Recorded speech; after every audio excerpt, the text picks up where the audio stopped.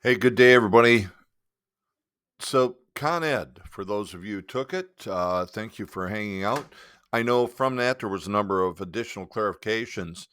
So, I want to, with this video, hit a number of things that I saw throughout the day where there may be additional need for clarification. So, number one was the aspect of dual agency. As a company, we are fine with agents doing dual agency as long as we're doing it correctly with all of the proper paperwork.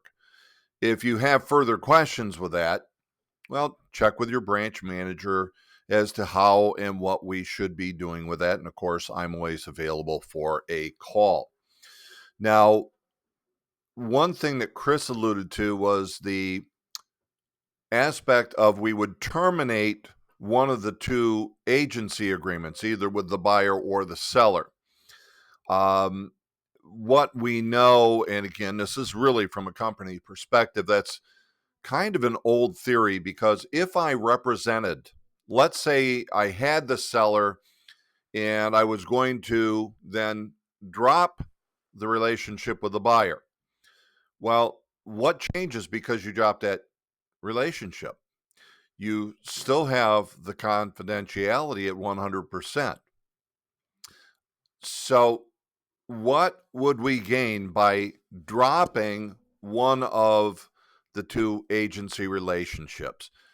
Really, guys, what we're saying is just do it right. Go ahead and represent both parties and make sure that you redisclose to both parties that we are in a dual agency situation. And that's where the redisclosure comes in.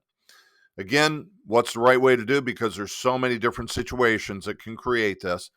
Talk to your branch manager. Now, here's another one showing our unrepresented buyer agreement.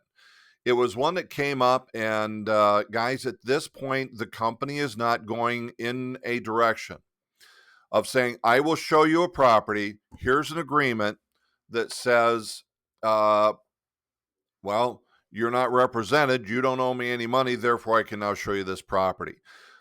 As a company perspective, we're going, why would you ever want to show a property to someone who can then turn around and go look at it from the listing agent or any other agent, and you just wasted and lost all of your time? So, what we would do in this situation is ask two very important questions. If I were to show you the home, would you buy it from me? Yes. Then would you also be certain to make sure that I can be compensated? If they said no, again, why would we show the property? If they say yes, then look, with our buyer representation contract, we would simply make it for that one individual property that they're going to show. And with that, we would put the property address, have them sign, we're covered. Obviously, we want to capture the buyer for many more homes that we might be able to show. So those are two that are very much directly related. I'm going to leave that for this for now. I'm going to bring you more videos. You can listen to them when you can, updating you still on our recent continuing education. Talk to you soon.